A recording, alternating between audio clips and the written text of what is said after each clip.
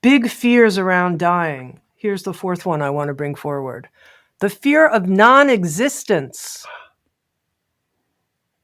The big fat zero, but nothing, absolutely nothing. And it's interesting when you were describing your mini stroke experience after the love, you used the word absence. Yeah. And I think for me, I've gone through a process, and I could share just very briefly about it, about non-existence, because I've had to work this out, because that was my big fear. Yeah. Yeah. You know better than I probably, Tammy. And, when you look into anything closely enough, right? Put something under an electron microscope, you look into any solid thing, you see a lot of space. You see a lot of emptiness. Look into emptiness long enough, you see form coming out of it. So that's, basic Buddhist teaching, right? But this experience I described to you of looking over in this absence, what was interesting about it is it didn't have any qualities. It didn't have some loving quality. It didn't have compassion. It wasn't intelligence. It wasn't strength. None of those essential qualities were present in that moment. It was just absent. And what I understood, at least for myself, was that's the ground from which everything emerges. And instead of it being frightening, it gave me great confidence, actually, that I could know this. Yeah, that I could know it. I'm just reflecting for myself on imagining that at the time of our dying, we're going to have the physical strength, the emotional stability, the mental clarity to do the work of a lifetime is an absurd gamble. And to wait for that moment is foolish. Yeah. So I want to know those other moments. And it's not even, it may be that I do particular practices that engender them, but we have moments like this all the time. It wasn't just because of having a stroke. We have moments where we touch something real and essential that's empty, that's without form. And I think it's important that we turn toward those moments and watch their impact on the rest of our lives. Well, part of what you said that was powerful was that the experience that you had of being in this absence, or as this absence, whatever words you want to use, gave you confidence. Yeah. Gave you a kind of confidence. And is it fair to say it gave you more, I'm going to put words in your mouth now, but tell me if it's not true, more confidence in dying? Yeah, and living and dying.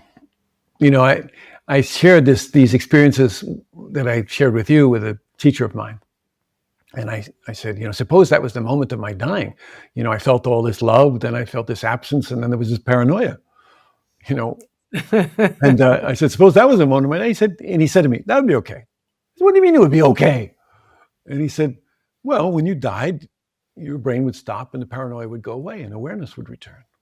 It doesn't surprise me that you had this love as you were walking down the dock. You've been cultivating it all your life. And then when you stopped, you could see, you felt this absence, this what he called absolute absence. Yeah, I hadn't heard that term before, but I knew the experience. And so at first I thought, oh, this is a spiritual bypass. What's he telling me? But then I felt he was right. I felt confidence.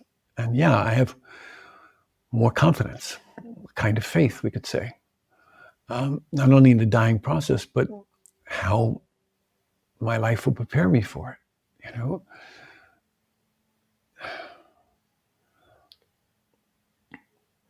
Frank, one thing I want to pull out a little more about, because it's a powerful statement and I've never heard anybody else say it, when you said, I'm allergic at this point to the notion of quote unquote a good death. Because I think this notion of a good death is something that I've heard a lot in spiritual circles. This is sort of the fruition of all this work we're doing, is a good death. And here's Frank Ostaseski, the one who has sat at the bedside of hundreds and hundreds and hundreds, I don't know how many hundreds of people, and trained hundreds of people to do so, who's saying he's allergic to the notion of a good death. So I want to make sure we're clear about why that's so? Well, what concerns me is the imposition of, I mean, if you ask me what's my great fear when dying, it's that somebody will come and impose their ideas on my dying.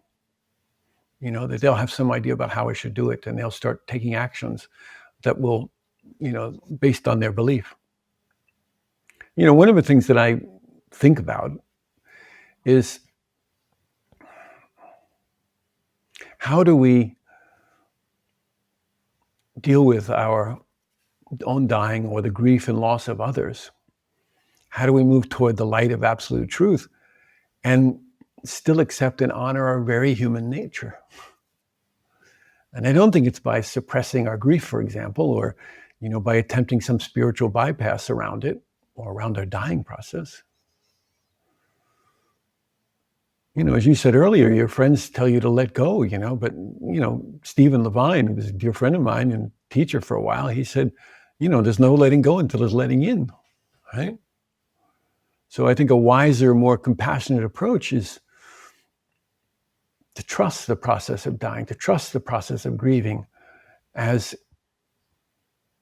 a process that brings us, or a path, we could say, that brings us to a greater wholeness.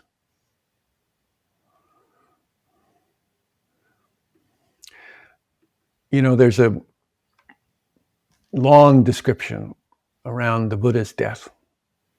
And, there are venerable monks around, and then who are sitting in great serenity. And then there is other monks who are rolling around on the ground and tearing their hair out. And I always was drawn to this particular image. And I would like to have been one of the monks who would be sitting in serenity. But I think more likely, if someone I loved died, I would be one of the monks rolling around on the ground and tearing my hair out. I might be swept away by this loss, this anguish. And in that story, there are venerable monks who are, telling the others that, the Blessed One told us that this is how it is, that everything that is born comes to death. But I don't think I would have found it very helpful.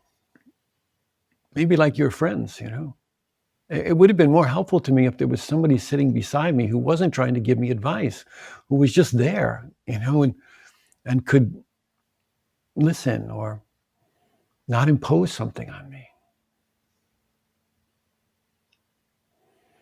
Frank, first of all, I want to thank you for the trueness, the honesty of our conversation. I've heard you say that one thing that happens when you're sitting at the bedside of people is it increases that quality of honesty in the space.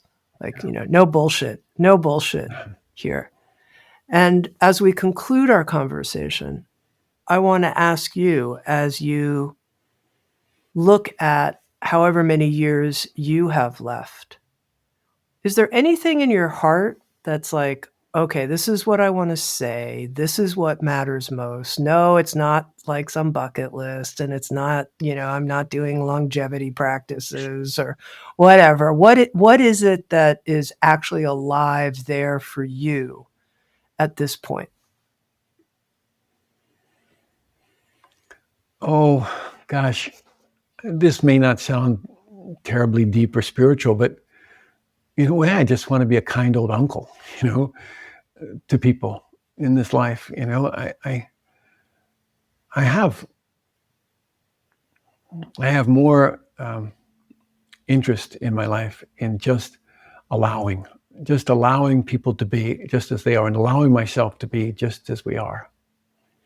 And this is the heart of my practice these days, my Dharma practice and my going through life practice. Learn to allow things to be just as they are, without running in the other direction from them or trying to change everything around. I'm scared of dying, Tammy. I get scared of these things that we've been talking about. Of course I do. But the fear isn't the only thing in the room. So I want to practice with what else is in the room here besides that fear, in addition to that fear. And how can I how can that enable me to be with these things that we've been talking about that scare the hell out of us? Whatever we can give space to can move, can change. And so these days, I spend much of my time working with that. How can I be kind? How can I allow there to be some degree of space with whatever contraction is happening for me in that moment? I don't know what the hell happens when we die. Some people claim they do. Maybe they do. I don't know. I got enough that I'm facing here in this life, And so these days, that's what interests me. The two wings, as the Buddha talked about, the wings of wisdom and compassion. That's a more extraordinary way to talk about it. But all I know is that my efforts to cultivate wisdom without compassion, it gets kind of cold and heady. And my ideas to cultivate compassion without any wisdom, well, they get a little mushy and sentimental. So I want those two dimensions of my life as much as possible to interweave with each other. And I'm not so interested in transcendence anymore. I'm interested in being right here, right now. And hopefully that's what will influence the process of dying. But if it doesn't, it's okay.